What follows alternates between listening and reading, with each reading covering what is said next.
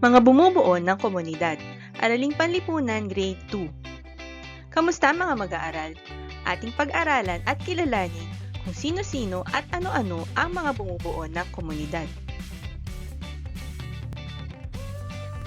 Maliit man o malaki ang komunidad, ito ay binubuo ng mga tao o mamamayan at mga institusyong tumutugon sa pangangailangan ng komunidad.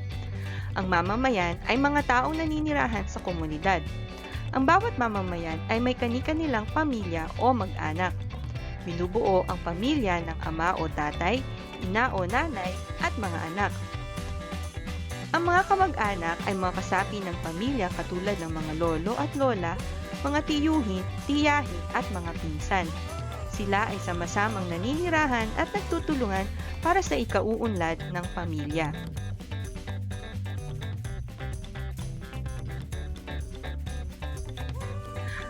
Ang magkakapit-bahay ay kasama rin o kabilang sa mga mamamayan na binubuo ng mga tahanan o bahay sa komunidad na magkakatabi o magkakalapit.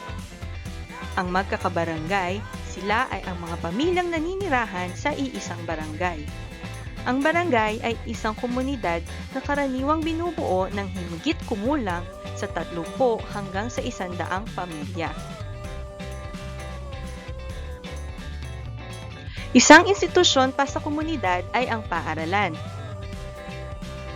Ang paaralan ay puok na humuhubog sa kaisipan ng mga mag-aaral upang malinang ang kasanayan at kakayahan ng mga bata. Ang punong guro, mag-aaral at mga kawani ay matatagpuan sa paaralan.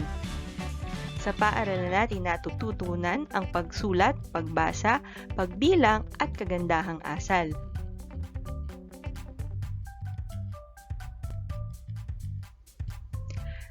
Isa pang institusyon ay ang sentrong pamahalaan. Nagbibigay ito ng serbisyo sa komunidad. Ang munisipyo ay ang sentro ng pamahalaan ng malalaking komunidad tulad ng mga bayan at lungsod. Dito nag-oopisina ang mga alkalde, bisi-alkalde, konsehal at mga kawani ng bayan o lungsod. Sa barangay hall naman nag-oopisina ang kapitan, kagawad at kawani ng barangay.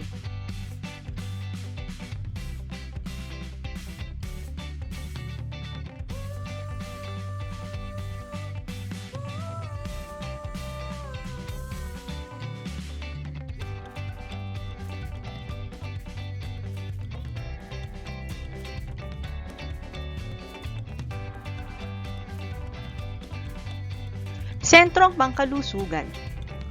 Ito ay nagbibigay ng serbisyo para sa kalusugan ng komunidad.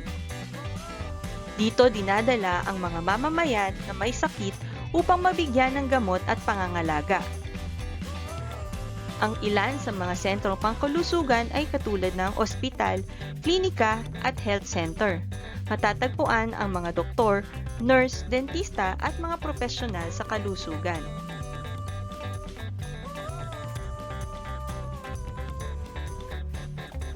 Pamilihan. Ang mga pangunahing pangangailangan tulad ng pagkain, kasuotan, kagamitan at iba pang pangangailangan ay mabibili natin dito.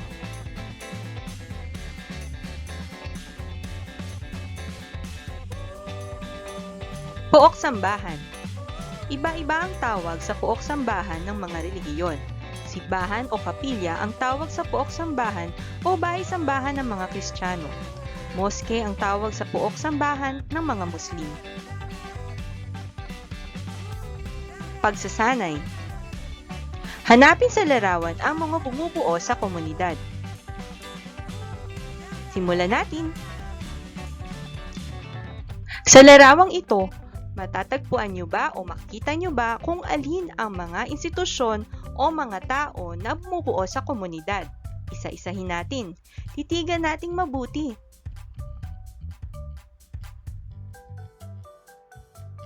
Heto na ang sagot. Palengke, paaralan, hospital, ang sagot sa unang larawan. Ulitin natin sa susunod na larawan. Titigan niyo uling mabuti kung alin ang mga bumubuo sa komunidad.